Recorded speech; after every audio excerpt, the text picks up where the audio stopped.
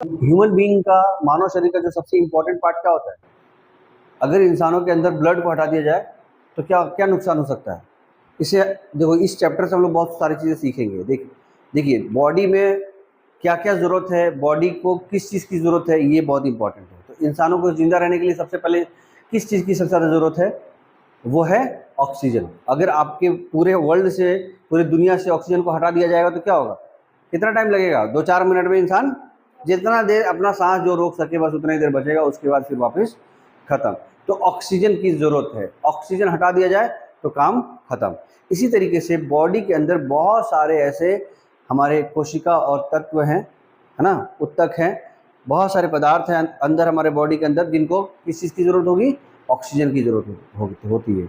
ये ऑक्सीजन किस तरीके से उनके पास पहुंचता है? जैसे हम तो नाक से ले रहे हैं ऑक्सीजन, तो नाक हमारा बाहर है, लेकिन हमारे किडनी को भी ज़रूरत है ऑक्सीजन का, हमारे हार्ट को भी ज़रूरत है ऑक्सीजन का, हमारे सेल्स को भी ज़रूरत है, हमारे टिश्यूज़ को भी ज़रूरत है ऑक्सीजन का, हमारे बॉडी के जितने भी पार्ट्स अंदर ऑर्गन्स जितने भी हैं, वाइटल ऑर्गन्स, उनको हमें ज़रूरत है ऑक्सीजन का।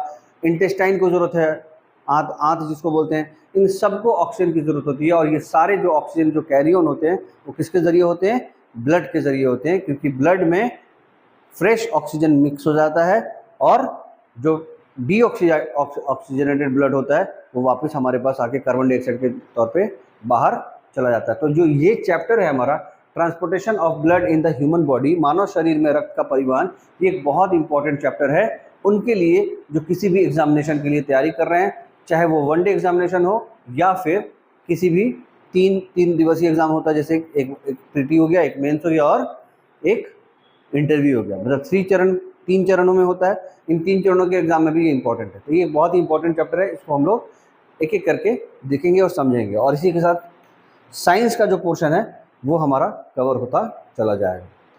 तो जो इसका सबसे पहला सिस्टम है, जो इसका सबसे पहला जो टॉपिक है वो है इंट्रोडक्शन का, कि आखिर ये जो रक्त बह रहा है वो किस तरीके से बहता है। तो सबसे पहले हम इस प्रकार से पानी का टंकी में पानी हमारा पहुंचता है मोटर के ज़रिए, उसी तरह हमारे बॉडी में पूरे जो रक्त का प्रवाह होता है, ब्लड का जो ट्रांसपोर्टेशन होता है एक जगह से दूसरी जगह जाने के लिए, उसको भी किसी न किसी पंप की ज़रूरत होगी। क्योंकि जब हम लोग पानी को पंप से पहुंचाते हैं ऊपर टंकी के पास, और फिर से टंकी से जो हमारा ब्लड है, पानी जो है वो कहाँ आता है?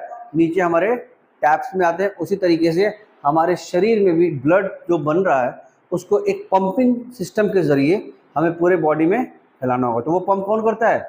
वो पंप करना का जो काम है, हमारे बॉडी में जो पंप लगा हुआ है उसका नाम है हार्ट। हार्ट जो क्या काम करता है? ब्लड को पंप करता है और एक जगह से दूसरी जगह भेजता है। उसी प्रेशर की वजह से